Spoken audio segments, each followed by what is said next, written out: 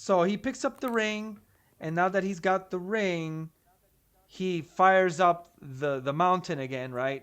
Let's get, and then that science sends this. Everybody's like, oh, why is the volcano fuming? Oh, Sauron is back. It's like a smoke signal to everyone. Oh, he's back. Mm-hmm.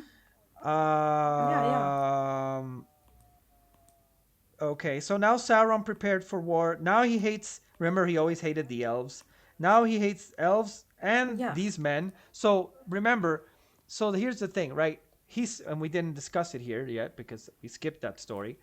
But he seduced many Numenorians to his cult. Let's call it a cult, right?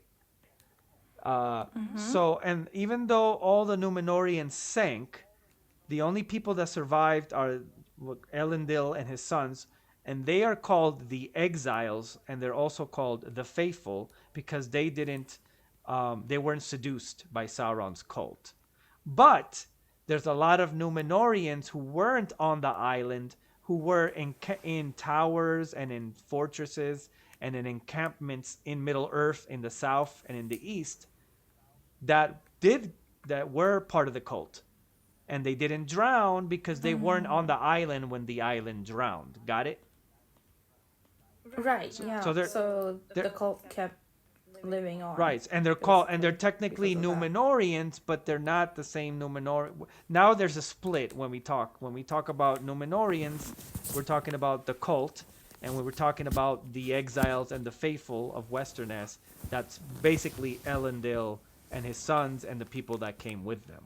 That saved themselves by running away from the island before it Okay. sank. Okay, and then formed Gondor and Arnor. So, and the fires of the mountain were wakened again. Wherefore, seeing the smoke of Orodruin from afar, and perceiving that Sauron had returned, okay, they called it Mount Doom, and Sauron gathered to him great strength of his servants of the east and the south, and among them were not a few of the high race of Numenor. So I just explained why, like, what that is. For in the Mm-hmm. days of the sojourn of Yeah. Sauron in the land, the hearts of well nigh all its people had been turned towards darkness. So like everybody has been he's Yikes. God to them, Yeah. right? Therefore many of those who sailed east Yeah. in that time and made fortresses and dwellings upon the coasts were already bent to his will, and they served him still gladly in Middle Earth. But because of the power of Gil-galad, these renegades, lords both mighty and evil, for the most part took up their abodes in the southlands far away. Yet two there were, and he names them Herumor and Fuinur, who rose to power among the Haradrim, a great and cruel people that dwelt in the wide lands south of Mordor, beyond the mouths of Anduin. When therefore Sauron saw his time, he came with great force against the new realm of Gondor, and he took Minas Ithil, and he destroyed the white tree of Isildur that grew there. But Isildur escaped, and taking with him a seedling of the tree. So now we're like, what was it, fourth generation? Now we're going to fifth generation of the tree. Saves the tree again. He Yeah, went with shit. he Okay. took the seedling from the tree, and he went with his wife and his sons by ship down the river, and they sailed from the mouths of Anduin, seeking Elendil. Meanwhile, Anarion held Osgiliath against the enemy, and for that time drove him back to the mountains. But Sauron gathered his strength again, and Anarion knew that unless help should come, his kingdom would not long stand. Okay, a lot of drama. This Mm-hmm. all future drama. Now Yeah. Elendil Yeah. and Gil-galad took counsel together. You see, there is a lot of content, Yeah. and this is all Yeah, it's so there's a dense. lot of It's content. packed with stuff. And here we're still barely like him barely making the rings. Season 2, like how many Yeah. seasons are they gonna do? Because they're not even getting anywhere near what we're talking about. Now Elendil and Gil-galad took counsel together, for they perceived that Sauron would grow too strong. Oh, can I just mention yet again? Have you heard Galadriel? Yeah. No, she's doing her thing. We said it. Yeah, She's doing her she's thing not involved in with her hobby and stuff. yeah, she's not involved in any of this. Now Elendil and Gil-galad took counsel together, for they perceived Sauron would grow strong and would over. Didn't even know. Thank you. What were you gonna say? You're welcome. I was gonna say that in anime, it's a whole thing that the evil guys are always like the small fish to the big fish, but they have to fail so many times, like every time, because the hero has to win. They keep failing again and again and again, right?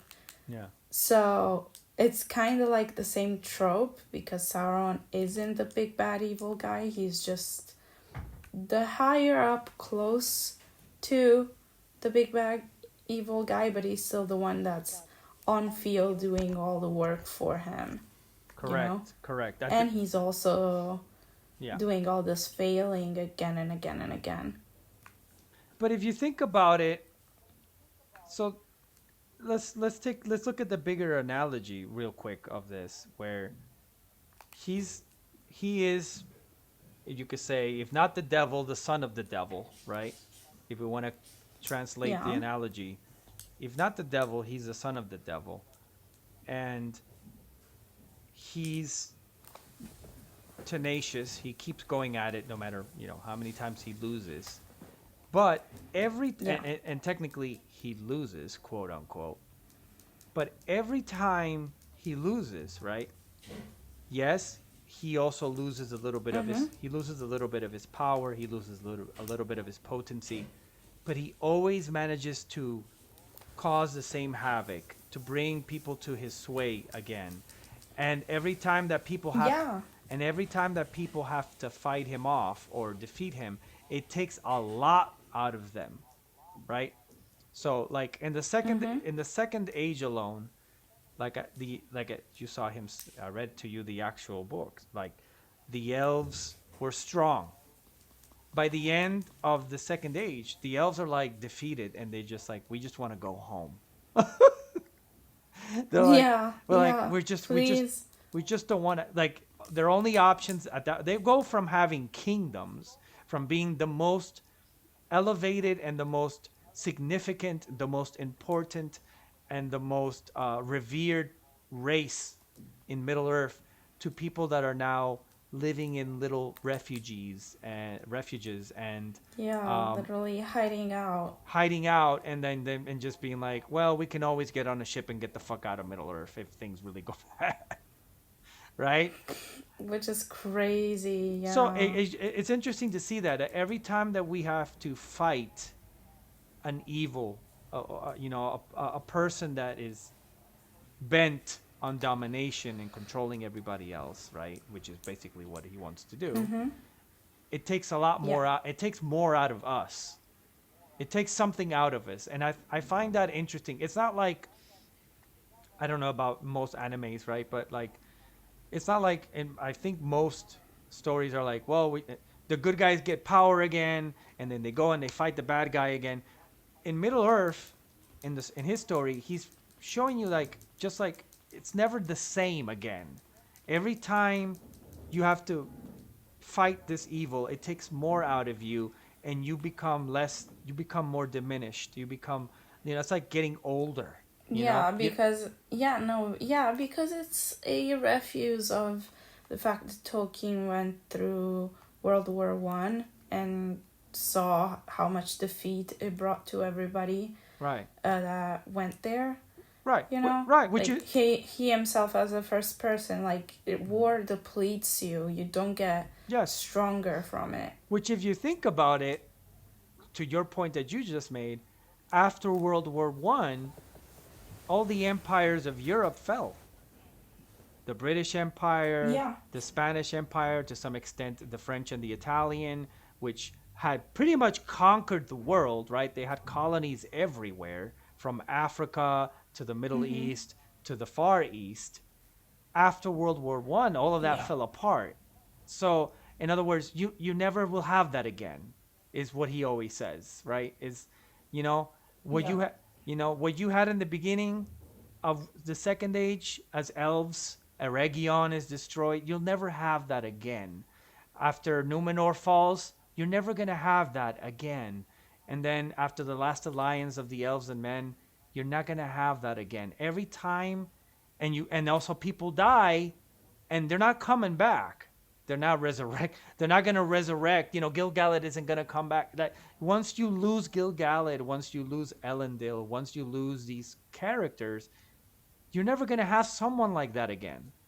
So every time it gets Yeah, harder. because everybody is unique and everybody is also getting depleted all the Right. time. Yeah, and I find that to be what makes him different from other mythologies, like from other fantasy stories, and just that makes him more realistic in the sense of in connection to what real life is, right? All of us are the same Yeah. way, and history is the same way. We're never gonna have those empires again. We're never gonna have those glory days, if you want to call it that. You never. Mm-hmm. Every time we fight this negativity off, it takes something more out of us, right? And we're not going to have the Yeah. your grandson is maybe not going to be of the same caliber as your grandfather in terms of what he was capable of and the energy that he had behind him. um, it's de-evolution and not evolution, basically, is what he's saying. Yeah.